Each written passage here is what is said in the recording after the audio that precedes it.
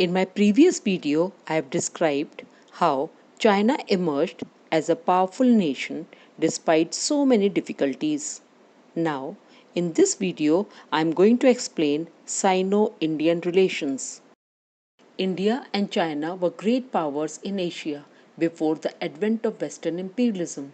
That means both India and China were ruled by the Western countries. China had considerable influence and control on the periphery of its borders based on its unique tributary system. It means China was the most powerful country amongst all its neighboring countries. The result was that it had a great control over the territorial regions. Mongolia, Korea, Tibet, all of them accepted China's authority.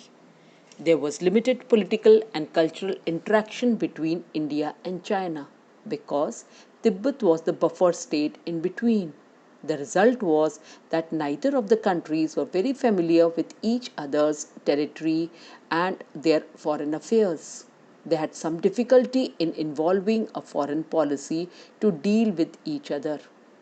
Unlike its relationship with Pakistan, which was very clear, India was not knowing anything about China. So, India began its relationship with China on a very friendly note. After India got independence from Britain and China expelled the foreign powers, there was a great hope that both of them are going to have very good relationship. They would come close to each other and shape the future of the developing world in the Asia. After the Chinese Revolution in 1949, India was the first country to recognize the communist government.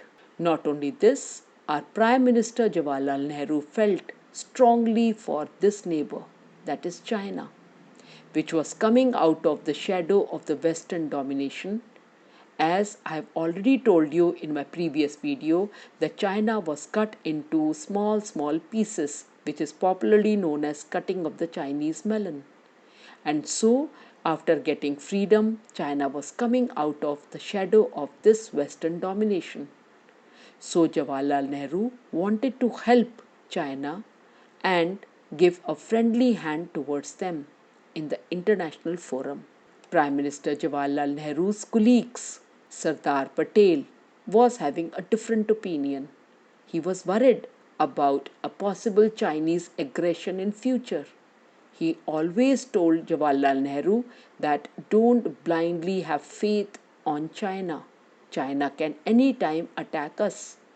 But Nehru thought it is impossible. He thought that it was exceedingly unlikely that India will ever face an attack from China.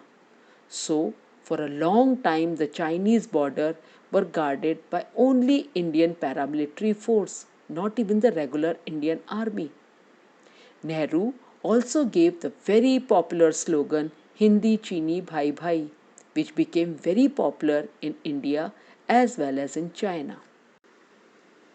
Even the joint declaration of Panchsheel, the 5 principles of peaceful coexistence by Indian Prime Minister Jawaharlal Nehru and the Chinese Premier Zhou Enlai on 29th April 1954 was a step in the direction of strong relationship between the two nations.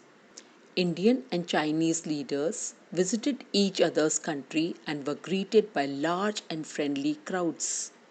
But two developments strained our relationship.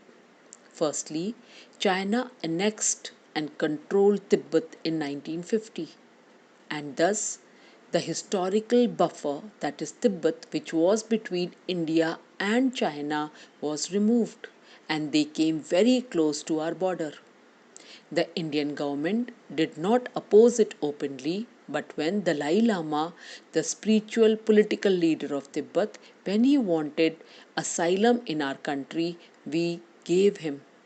The result was that China did not like it and started blaming India for anti-Chinese activity from within our country. Secondly, a little later, boundary dispute started occurring between India and China. The main dispute was at two regions, One is at a sky-chain area in Ladakh, region of Jammu and Kashmir, and in Arunachal Pradesh in what is called as NEFA, that is Northeastern Frontier Agency.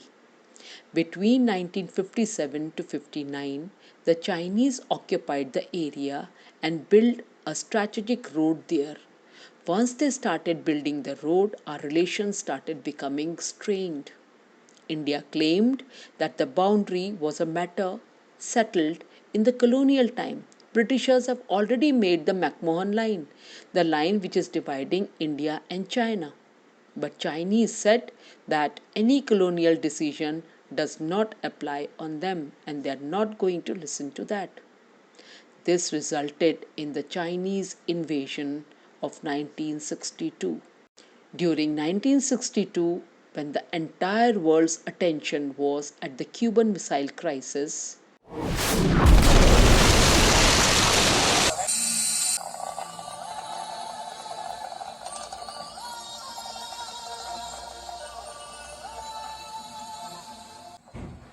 involving the two superpowers USA and USSR, India could not have asked for the help from either of the big nations.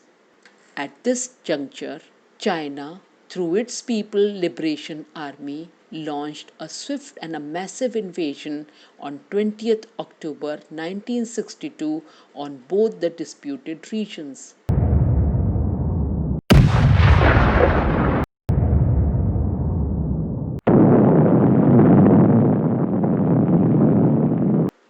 On the map of India, you can clearly see two regions where the Chinese had started advancing. One is Askaichen, which is so close to Siachen Glacier, and the other is Arunachal Pradesh. The first attack lasted 1 week, and the Chinese forces captured some key areas in Arunachal Pradesh. The second wave of attack came next month. While the Indian forces could block the Chinese advances on the western front in Ladakh, in the east the Chinese managed to advance nearly to the entry point of Assam Plains. The war, which lasted till November 21, when China unilaterally withdrew from the Indian territories, because they knew that once the snowfall will be there, it will be difficult for the Chinese soldiers to go back. But it had incurred a great loss on us. Around 3,250 soldiers were martyred during this battle.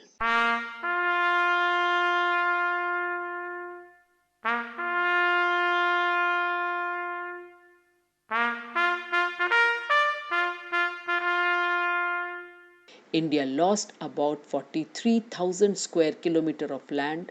It is as equivalent to the size of a country like Switzerland. The Sino-India War had a great impact on India. Apart from great loss of soldiers and territory, image of India both at home and abroad was dented. India had to approach the Americans and the British for military assistance to overcome the crisis. The Soviet Union, our friend, remained neutral during the conflict. It induced a sense of national humiliation. Only one positive thing was there, that the spirit of nationalism in India was at a great height. Some of the top army commanders either resigned or retired.